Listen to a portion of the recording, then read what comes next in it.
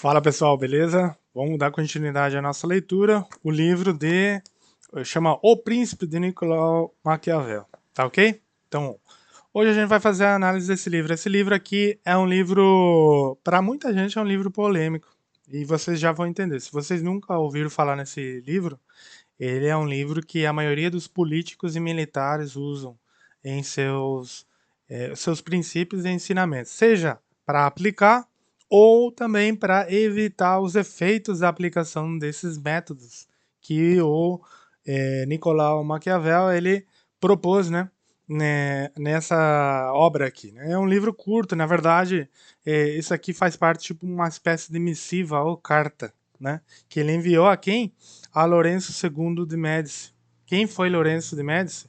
Ele era o governador do Principado, ou a província, o Ducado de Florença, tá ok? Na época que Nicolau Maquiavel viveu, né, ele nasceu em 1469, lá em Florença também, e quem governava eram os Médici, né? Governavam a Florença, né?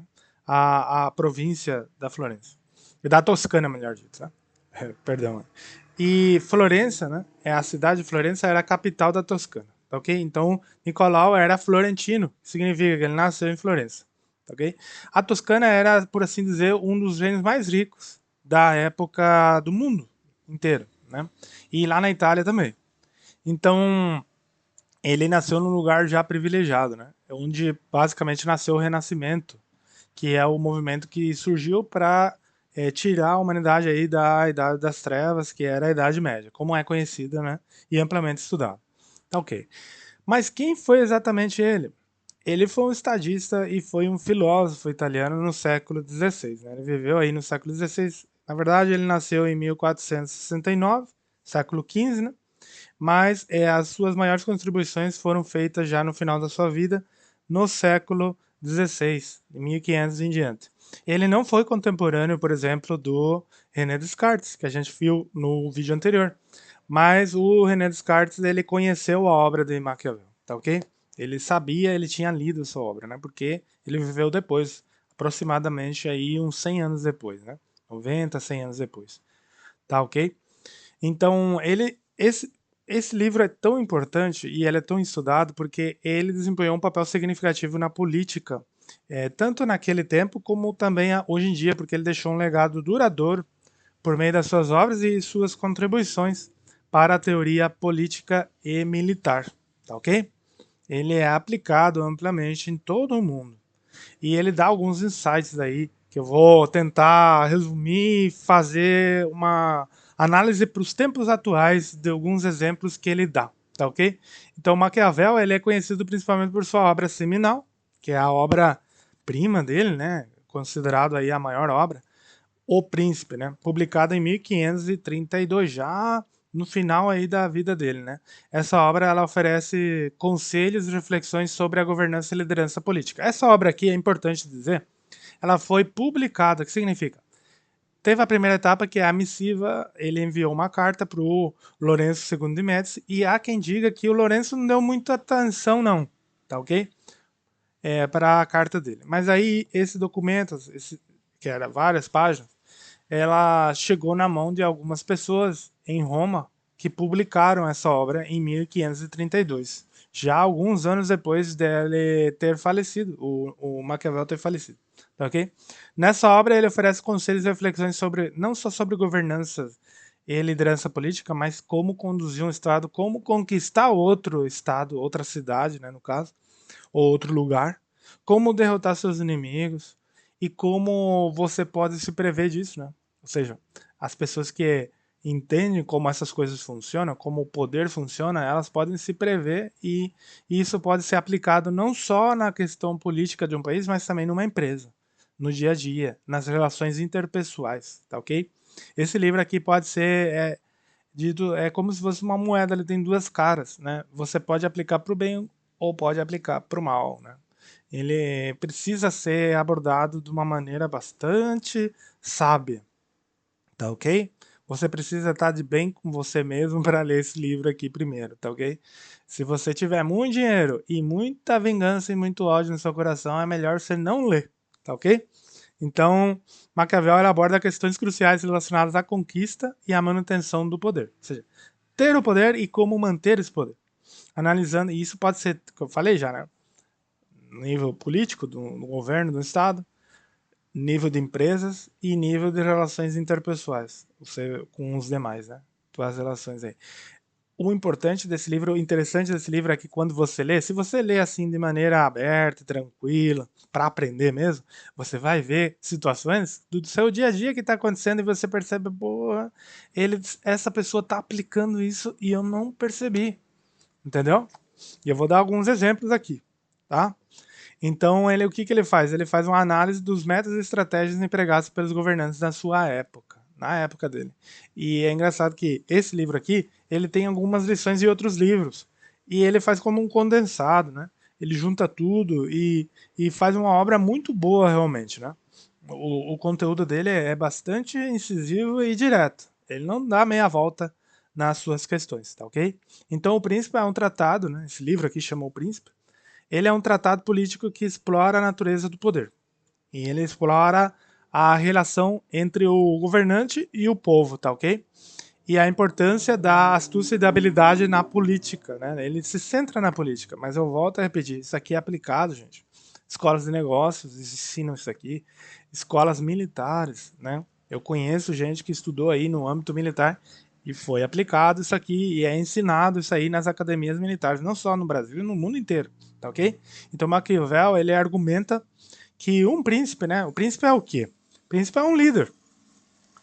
Vem do latim principal, né? Que significa o primeiro. Basicamente isso. Ele deve ser capaz de adaptar seus métodos, né? Às circunstâncias. A pessoa não pode se agarrar a uma coisa, ele tem que utilizar tanto a força quanto a astúcia para alcançar os seus objetivos. É isso que ele defende, né?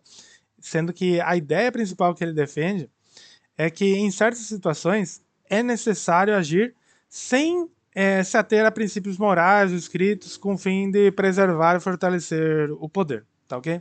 Então ele defende basicamente que um dos ensinamentos centrais, né, do livro do Príncipe, no caso, é a noção de que o governante deve estar disposto a fazer, inclusive, o uso da crueldade quando for necessário. E é aqui que está a polêmica desse livro, tá ok? Você pode dizer, poxa, mas ele está ensinando uma coisa braba, né? Com razão, o Lourenço II de Médici não deu atenção a ele. Mas você precisa entender duas coisas. Outras pessoas deram atenção para esse livro. E se você não souber como essas pessoas vão agir, você vai ficar à mercê dessas pessoas. Você precisa se antecipar ao movimento dessas pessoas. Que eles vão. Existem pessoas que não têm escrúpulos e vão praticar. E desde que isso traga benefícios para o Estado. Então ele fala assim: os fins justificam o meio. É a frase central e não está no livro essa frase, mas é de uma forma que pudesse resumir tudo o que ele ensinou, é isso. Ele fala que os fins justificam os meios. E se esses meios forem às vezes cruéis e muito duros, você tem que praticar, porque o objetivo final é muito claro. Ele dá vários exemplos. Ele dá um exemplo, por exemplo, eu vou citar alguns exemplos do que o livro fala, né?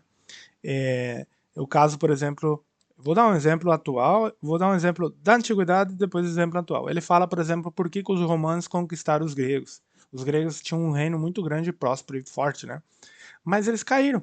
Porque ele fala o seguinte: sempre em qualquer lugar vai haver minorias e grupos pequenos que não estão contentes. Sempre, tá? Então, um jeito de você conquistar esse povo ou essas pessoas é o que? Você fazendo amizade com esses grupos, com essas minorias, esses movimentos pequenos. Veja a similitude com os movimentos políticos atuais. Não tem aí, vocês já não viram, alguns grupos políticos que eles nem é que eles se preocupam tanto assim com os pobres, com o movimento LGBT e com outros movimentos assim. Ele não tá nem aí. Muitas vezes eles não estão muito preocupados, não. Mas eles veem aí uma estratégia. Pegar essas minorias e juntar todas elas e aglutinar. Para quê? Para aplicar o que o Maquiavel falou. Maquiavel falou que um jeito de você derrotar o governante de um lugar, ou uma ideia, ou um princípio, ou uma empresa, ou um líder, ou pessoas, é você se juntar com aqueles que não estão contentes, com aquelas minorias insatisfeitas. você cobija eles, você passa a mão na cabeça deles, você fala, tô aqui, vou ajudar vocês, é isso mesmo, eu tô a favor das ideias de vocês, tá ok? Mas nem sempre essas pessoas estão preocupadas realmente com o que esses querem. O que, que ele quer, na verdade, é o poder. Ele assumiu o lugar do que está comandando no momento. E aí, o que, que ele faz? Ele parte para a seguinte estratégia: junta todo esse povo, forma um grupo só e vai em direção à luta contra esse governante. E aí ele fala o seguinte: nunca, jamais faça duas coisas. Ataque um desses pequenos que você defendeu depois de ter ganhado. Nunca faça um pacto com quem está governando. Destrua ele até o final. Olha só a mentalidade dele. Não deixe. Ele fala o seguinte, e é uma frase também polêmica. Ele fala o seguinte: que se você dá, você pune aquele, você se juntou, fez o teu grupo com as minorias, os menores, aqueles que estão mais frágeis, e você dá força para eles e vai lá e combate aquele forte que está governando ali na região. Se você não for incisivo na resposta contra esse poder que está dominando aí, você corre o risco de deixar ele ainda vivo, deixar ele com vida e ele ressurgir e depois vir te destruir. É basicamente isso.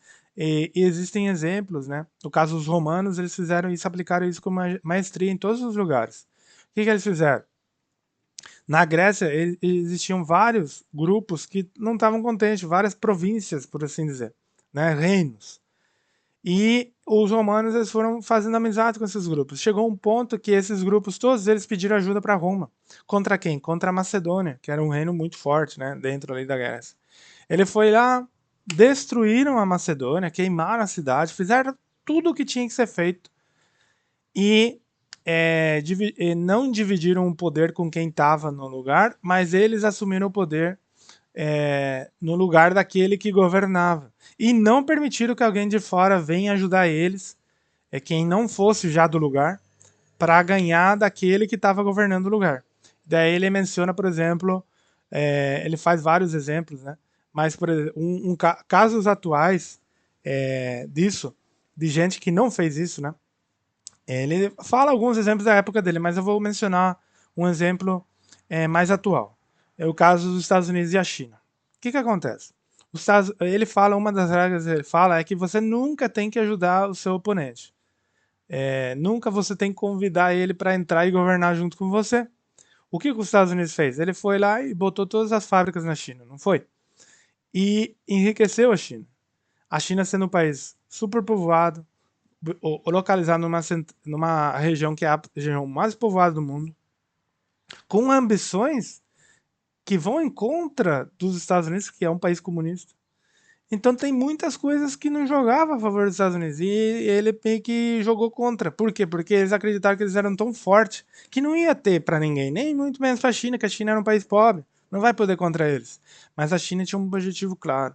E hoje a gente vê o resultado disso. É meio tarde, ficou tarde agora para voltar atrás, tá ok? E ele fala que a gente tem que evitar na vida da gente e no entorno da gente acontecer isso aí, mas também a gente tem que ter isso a nosso favor, a gente, assim como os chineses souberam usar isso a favor deles, você pode usar isso, digamos, na sua vida, né? Você pode se beneficiar disso aí. E é um livro muito polêmico, porque outro aspecto bastante importante da obra é a ênfase na prudência e no realismo político. Veja bem, você poderia muito bem pensar que o que os espanhóis fizeram no México foi uma catástrofe, e foi mesmo, né? Todo o vandalismo e toda a ocupação que foi feita em cima dos astecas. Mas você tem que entender o seguinte, do ponto de vista político, o que, que foi que aconteceu ali na conquista da América? Né? Centrando nesse aspecto aí. Quando Hernán Cortés, que foi o conquistador, para quem não sabe, Hernán Cortés foi o conquistador espanhol que chegou no México, que foi o primeiro lugar realmente conquistado pelos espanhóis, né? Sendo que os espanhóis foram os primeiros que conquistaram realmente a América, né? Dos todos os povos, né? De todos os que vieram depois, portugueses, ingleses, Países Baixos, França, né? O que, que eles fizeram? Eles chegaram ali e eles perceberam o seguinte: tinha uma elite, que eram os astecas, eles governavam o México, e existiam algumas outras tribos que eram escravizadas e dominadas pelos astecas. Para quem não sabe, os astecas, o que os espanhóis fizeram depois, os astecas tinham feito antes. eles governavam outras tribos e algumas eles escravizavam, outras eles cobravam impostos, né, tributos, e assim eles foram crescendo o império deles na base da porrada mesmo, né? E o que o Hernán Cortés, como ele conhecia esse livro aqui, né? Ele era um conhecedor dessa obra e desses métodos, né? Os espanhóis tinham lido muito isso aqui. Ele, o que ele aplicou? Ele fez a maestria, o que diz o príncipe. Ele chegou lá, fez amizade com as tribos que estavam, digamos, ele era um reino de fora, né? Ele era um cara que estava vindo de fora. Ele sondeou a região, ele analisou e ele falou, cara, tem aqui um governante que ele é meio cruel. Os astecas eles eram cruéis, né? Não tinha oponente, não tinha ninguém que dissesse não para eles, né? Até então, eles eram o reino mais forte, né? Então, eles subjugavam todas as demais tribos e povos ali da região do México e da América Central, né? Não era só o México. E, e da América do Norte também. Então, o que ele percebeu? Que tinha muita gente satisfeita e que estava bastante desconforme com a situação. Que ele poderia reunir todo esse povo aí, pelo menos para eles não encher o saco dele quando ele fosse atacar os astecas. Ou seja, ninguém. Ele foi fazendo tipo pactos, né? A pouco, lugar em lugar que ele ia passando. Até que ele chegou no lugar onde estava o Montezuma, que era o rei dos astecas. Declarou guerra a eles, ganhou deles, porque ele estava melhor preparado também. Ele tinha melhor equipamento, ele sabia que em qualidade ele estava bem. Mas em quantidade era o problema dele, porque ele vinha com poucas pessoas de lá, né? E aonde que ele ia passando, ele ia fazendo alianças com esses povos. Para quê? Para que eles ajudassem ele quando ele desse o primeiro maçaço lá nos astecas e pegasse eles, para que eles se levantassem também. Tá ok? Porque senão não ia funcionar o plano dele. Que ele sozinho não ia conseguir. Então ele conseguiu ali a pegar todos esses povos pequenos e pegar para ele. E o mais interessante é que quando ele vence os astecas, todos os demais povos eles estavam tão acostumados a ter alguém que mande neles que eles não duvidaram em ficar sendo mandados então pelos espanhóis depois que os astecas foram subjugados, tá ok? O único que poderia oferecer alguma resistência eram os próprios astecas. E aí ele fez uma coisa muito boa, que ele não permitiu que ninguém entrasse junto com eles ali no México. Só eles entraram ali, tá ok?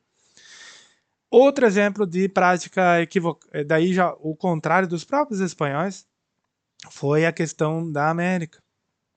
Veja bem, quando no caso acontece o Tratado de Tordesilhas, os espanhóis, o certo era o quê? Eles pensaram o seguinte: eu conquistei já esse lugar é meu, por que eu tenho que dividir com alguém? Não faz sentido. Eu vou plantar até não poder mais para não dividir isso daqui com ninguém. Porque a partir do momento que eu dividir com alguém, vai vir outra pessoa que vai querer dividir também. E essa pessoa com quem eu dividi, esse reino, que no caso foi o Portugal, né? Tratado de Tordesilhas, ele provavelmente vai querer mais. E de trás desse reino vai vir outros, provavelmente. Que é o que aconteceu. E ele fala disso nesse livro aqui, o Príncipe, ele explica que você nunca tem que fazer concessões se já é teu. O que fez o Alexandre o Grande, né? Quando ele conquista lá a Pérsia, o rei Dario, né? Ele falou o seguinte, quando ele já tá por conquistar, que ele já tá, né? Vendo já por onde que ele vai chegar, o Dario também vendo que vai perder, o que que ele fala? Cara, eu te dou, ó, a minha irmã para você casar com ela. Você vai ser da minha família real aqui dos persas também. Vai ter sangue, o teu filho vai governar um lado e o outro. E vou te dar também metade do meu reino, tudo que você vê e a gente não vai brigar mais. O Alexandre fez o quê? Fez como os espanhóis que aceitou dividir o reino pela metade com os portugueses? Não. Ele falou o seguinte: para que eu tenho que dividir uma coisa que já é minha? Entendeu? Apesar que ele não tinha conquistado ainda, mas ele já via que ia acontecer isso aí. E como o reino era tão autoritário, assim como os astecas era um reino autoritário, os persas eles regiam todas as províncias, todos os outros reinos com mão de ferro.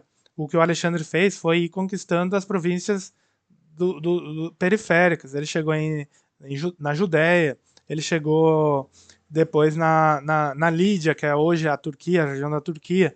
Ele foi unindo no Egito. No Egito eles receberam ele como se fosse um faraó. Imagina, nomearam ele faraó. Por quê? Porque o Alexandre ele respeitava os costumes do lugar. Ele estava nem aí com o que as pessoas acreditavam. ele era um político puro, entendeu?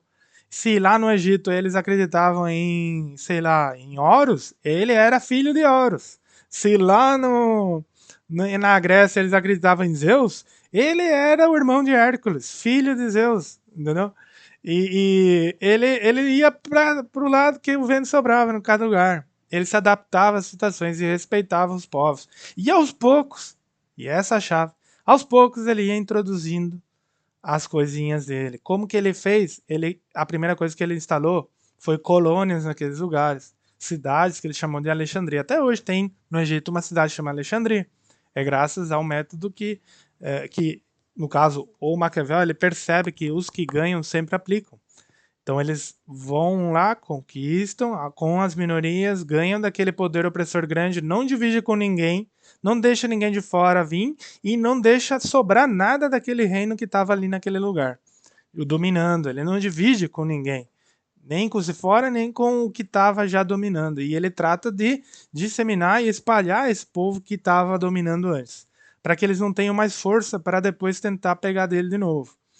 Como os romanos fizeram com os gregos, como os gregos fizeram com os persas, como os espanhóis fizeram lá com os astecas, tá ok? Com os povos ali ameríndios da América Central e do Norte.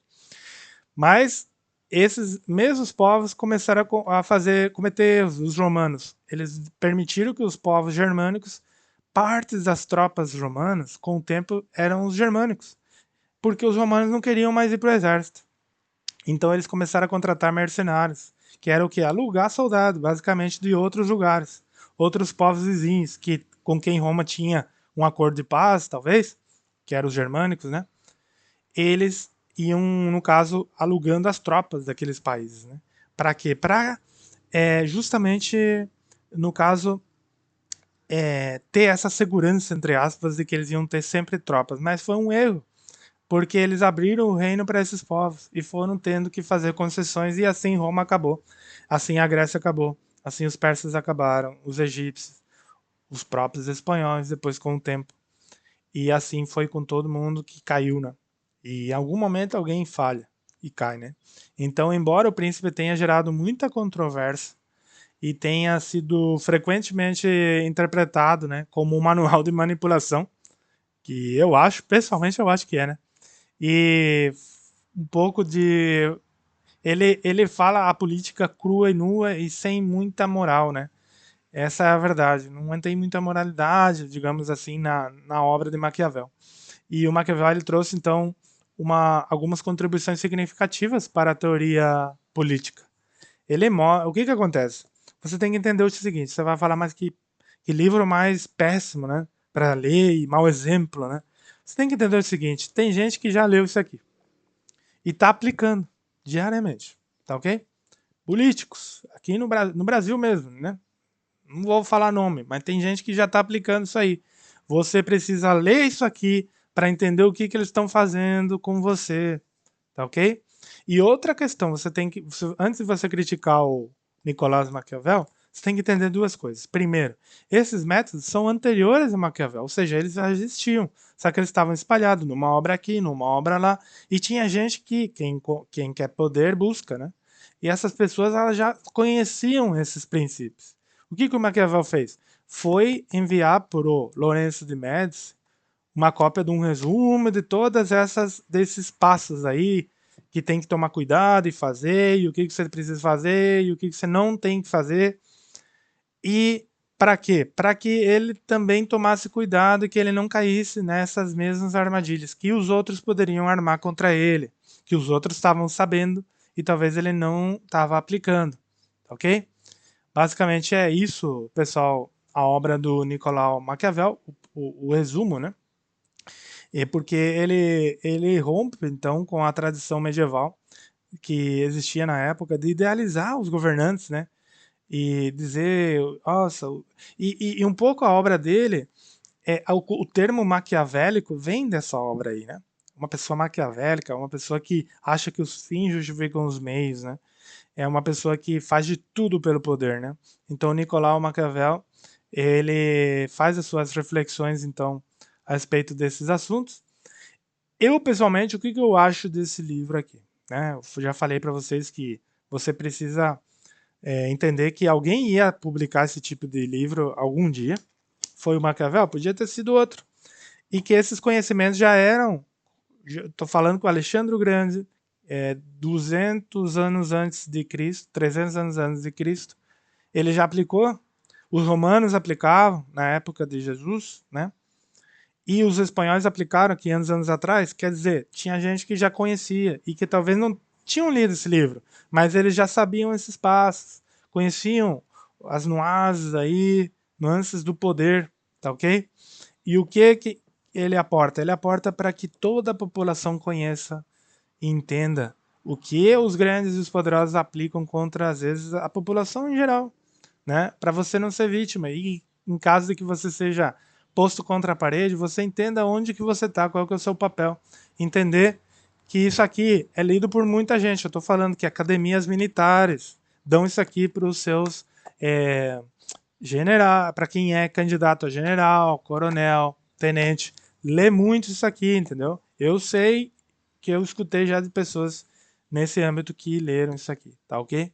Então você precisa tomar cuidado com as pessoas que vão aplicar isso aqui contra você e você precisa entender também para não ser vítima. E algumas coisas que estão aqui, muito importantes, tem muita coisa muito valiosa, que pode ser aplicada eventualmente. Cara, se você pensar, tenho aí um chefe mala, ele é um cara que não é muito fácil de lidar. Talvez aqui tenha conselhos de como você possa lidar com essa pessoa que está no seu entorno aí que te trata mal, que você não pode esquivar porque às vezes a necessidade é apremiante, você precisa conservar seu trabalho, mas você vai, né, largar tudo simplesmente. Você tem que enfrentar essa situação, né? Então eu acho que todo mundo passa por isso em algum momento na vida e é preciso entender isso aí, tá ok? Às vezes você está sendo vítima de algumas ideias que estão aqui, mas que não são ideias desse livro, mas são ideias universais que esse livro traz e coloca aqui, mas que elas já existiam muito antes, tá ok? Então as reflexões, o que eu resumindo, as reflexões sobre a natureza do poder, a liderança política e a necessidade de adaptar-se às circunstâncias, né? Continua sendo objeto de estudo até hoje. Acabei de falar, ainda é estudado ampliamente e é um debate até os dias de hoje, né? A gente sabe que a política é suja, ela não é um lugar limpo e a gente tem que entender como é que o nosso país é governado e como é que a nossa cidade é governada, como é que o nosso entorno é regido, para a gente não ser vítima disso aí, tá ok? Então a obra de Maquiavel, ele nos convida a refletir, né, basicamente, sobre os desafios e a complexidade inerente do exercício do poder, tá ok? E oferece insights, ideias aí sobre valiosos conceitos sobre a natureza humana e a dinâmica da política, das relações interpessoais e como as empresas, uma com as outras. Você tem sua empresa, você quer conquistar um novo território, novos clientes. Isso aqui pode ajudar você. Você só tem que aplicar da maneira correta, tá ok? Você precisa entender para não ser vítima, mas também para aplicar em caso de necessidade, tá ok? Falou então, pessoal, ó, dá like nesse vídeo, compartilha esse conteúdo com mais pessoas para que você não seja vítima também disso aqui, desse tipo de situações, tá ok? E que você possa se prever antes que aconteça. Falou? Então, muito obrigado aí pelo seu tempo. Dá um like aí, que custa fazer esses vídeos, dá trabalho. Eu poderia muito bem estar lendo isso aqui só para mim. Tá ótimo para mim, tá ok? Mas eu tô compartilhando com vocês. Meu objetivo é que isso chegue a mais e mais pessoas para que todos sejam beneficiados desse conteúdo e ninguém caia nesse tipo de cilada, que todo mundo possa entender o que é, como que funcionam as coisas a nível da política, nosso país, a nível das empresas e a nível de relações interpessoais, tá ok? Curte esse vídeo, dá like aí e compartilha e, sobretudo, se inscreve aí no canal, pessoal, tá ok? Não deixe de se inscrever nesse canal, o leitor, o objetivo é compartilhar esse tipo de conteúdo com você. No próximo vídeo a gente vai fazer mais leituras comentadas de outras obras aí, tá ok?